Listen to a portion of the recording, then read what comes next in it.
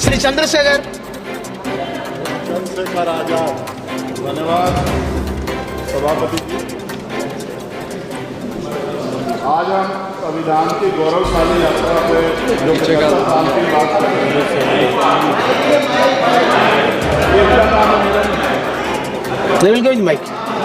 धन्यवाद सभापति जी। आगे सर, आगे आगे। आज हम संविधान की गौरवशाली यात्रा पे बात करने के लिए चर्चा कर रहे हैं। कल से ये चर्चा चल रही है सर। मैंने बहुत सारे दोनों पक्ष के और जितने भी हमारे मेंबर हैं सुना सर, उनको बड़े बड़े नेता हैं सर।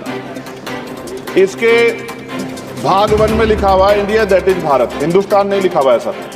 लेकिन सारे नेता संविधान पे चर्चा कर रहे हैं, लेकिन हिंदुस्तान ही कहेंगे, भारत कहने की हिम्मत नहीं जुटा पा रहे। ये बड़ा सवाल है सर कि क्या संविधान के हिसाब से बात रखी जा रही है। मैं धन्यवाद दूंगा फूले साहू बाबा साहब अम्बेडकर को और मेरे नेता मान्यवर साहब श्री काशीराम को।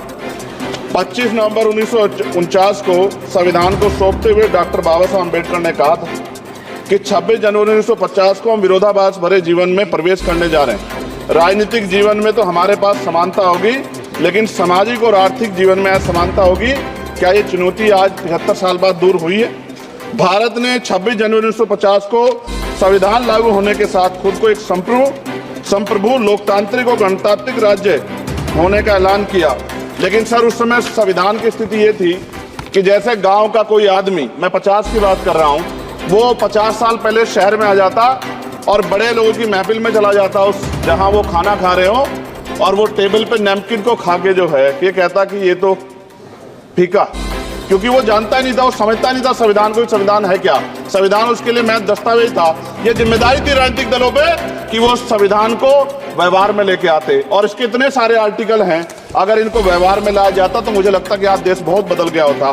बाबा साहब ने कहा था कि लोकतंत्र भारतीय भूमि का केवल ऊपरी पोशाक है, उनके अनुसार यहाँ की संस्कृति अनिवार्य तौर पर लोकतांत्रिक है। भारत जैसे गरीब और गैर बराबरी वाले देश में संविधान के जरिए छुआछूत खत्म करना, वंचितों के लिए सकारात्मक उपाय करना, सभी वयस्कों के लिए मतदान का अधिकार देना और सबके लिए सम्मान अधिकार तय करना, ये बहुत बड़ी उपलब्धि थी सर। ये संविधान है कि आप वहाँ बैठे हैं और मैं यहाँ खड़ा होकर अपनी बात रख रहा हूँ, और इस देश में आदिवासी महिला के तौर पे जो है राष्ट्रपति बनी है, और प्राइम मिनिस्टर तो नहीं बना, लेकिन शेड्यूल कास्ट के बड़े नेताओं को भी जो है राष्ट्रपति बनने का मौका मिला। इस संविधान की देन, अगर वोट हम पे नहीं होता तो शायद अमीर और जो राजा महाराजा खुद को मानते हैं हमारी गलियों तक नहीं आ पाते, हमारे हाल नहीं जान पाते। आजादी का मतलब सर सिर्फ अधिकार पाना भर नहीं है, इसके लिए हमारे संविधान में सरकार और नागरिकों के अधिकारों के शासन के कर्तव्यों का विस्तार से उल्लेख किया गया है। बाबा साहब ने संविधान सभा में दिए गए भाषण में कहा था कि स्वतंत्रता आनंद का विषय है, पर अब हमें अपनी जिम्मेदारियों पर भी ध्यान देना होगा। संविधान ने सुनिश्चित किया कि रानी के पेट से राजा जन्म नहीं लेगा, वोट से नेता तैयार होगा। आर्थिक बराबरी के लिए सरकार क्या कर रही है? गरीब और गरीब हो रहा है और अमीर हो रहा है। सुबह उठते कहीं बम की धमकी मिलती, कहीं दंगे की। ये अमृत काल है सर या धमकी काल है? कितना बढ़ रहा है आर्टिकल 15 सर। भारत में आज भी घोड़ी चढ़नी बैठने होती है सर। क्या दलितों को यहाँ भी बोलने का नहीं सर? अगर सबको 4 मिनट दे दो सर, ये भेदभाव नहीं चलेगा दलितों के साथ। Time is 4 minute, don't waste भाई सर, आप चेक करो, अगर सबको 4 मिनट दिए तो आप मना करो, मैं बंद कर देता हूँ उसको। क्या दलितों को सबसे आखिरी में नंबर मिलेगा और बोलने का मौका मिलेगा? क्या मजाक कर रहे हैं सर आप? नो, ये all independent people are having only 4 minutes. You take sir, independent में अपनी पार्टी का मेंबर हूँ सर, और जीत के आया हूँ सर, किसी के दया में नहीं आया। Take 1 minute and finish sir. कल भी बोले तो एक दलीय पार्टी के लोग, आप मौका दो सर। मूछे रखने पर हत्या होती है, महिलाओं पे, छोटे मासूम बच्चों पर रेप हिंसा होती है। एनसीआरबी का डाटा देकर डर लगेगा।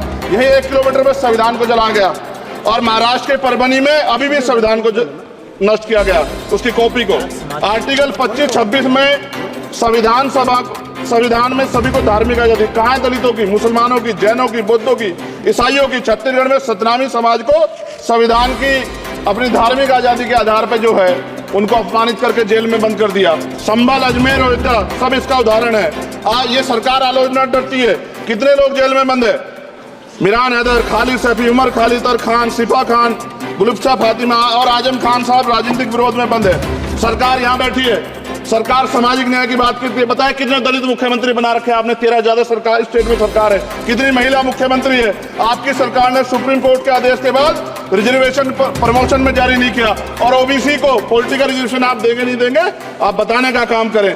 मैं 75 साल की गौरव यात्रा में हम एक सभ्य समाज नहीं बना पाए, इसलिए जाति आधार पर SC ST OBC के बच्चों को प्राइमरी स्कूल से लेकर उच्च संस्थानों में भेदभाव किया जाता है। सरकार निरंकुश हो गई, कोई बुलडोजर से कार्रवाई करता है। कल मंत्री जी ने कहा हमने राष्ट्रीय पिछड़ा वर्ग आयोग बनाया, 69 शिक्षक भर्ती में उसकी सिफारिशों को नहीं माना। EWS के जरिए आपने संविधान पे आरक्षण के प्रावधान पे हमला किया। 1 मिनट में खत्म कर रहा हूं सर। संविधान सर, न्यायपालिका में आर्टिकल 124 ये कहता है सर, ये अधिकार जो है, Sanjay sir ji please conclude sir 1 minute में प्लीज संविधान में न्यायाधीशों की नियुक्ति का अधिकार राष्ट्रपति के द्वारा होना चाहिए, अभी तक नहीं हो रही है। All India judicial service commission कब बनेगा? क्या चंद परिवार ही सर जज बन सकते हैं? और आज हम सर, मैं सरकार से सवाल पूछना चाहता हूं सर, सेवाओं में SC ST OBC वर्ग का कितना प्रतिनिधित्व है? भारत सरकार के मंत्रालयों के अधीन PSU में, बैंकों, बीमा कंपनियों में और स्वस्थायी संस्थानों में आउटसोर्स तथा कॉन्ट्रैक्ट पर वर्तमान कार्यरत कर्मचारी कुल कितनी संख्या है? आउटसोर्स और कॉन्ट्रैक्ट में कार्यबल SC ST OBC कितना प्रतिशत है? निजी क्षेत्रों में कार्यरत कर्मचारी उनके SC ST OBC की वर्ग लाभ। सर खत्म कर, लास्ट पॉइंट सर, मैं फिर स्पष्ट तौर पर कह रहा हूं सर, यहां बैठे SC और OBC के मेंबर से कह रहा हूं सर, उनको सामाजिक जिम्मेदारी का ध्यान भी रखना चाहिए। पार्टी के प्रति वफादारी के साथ साथ अपने वर्गों के प्रति ईमानदारी भी रखनी चाहिए। ईमानदारी नहीं होगी तो उन वर्गों का भला नहीं हो सकता, और हमें बहुत सरकारों से उम्मीद नहीं है। बहुत बहुत धन्यवाद सर। थैंक यू, बहुत बहुत धन्यवाद सर। आज संविधान की ऊपर चर्चा करने के लिए आपने मुझे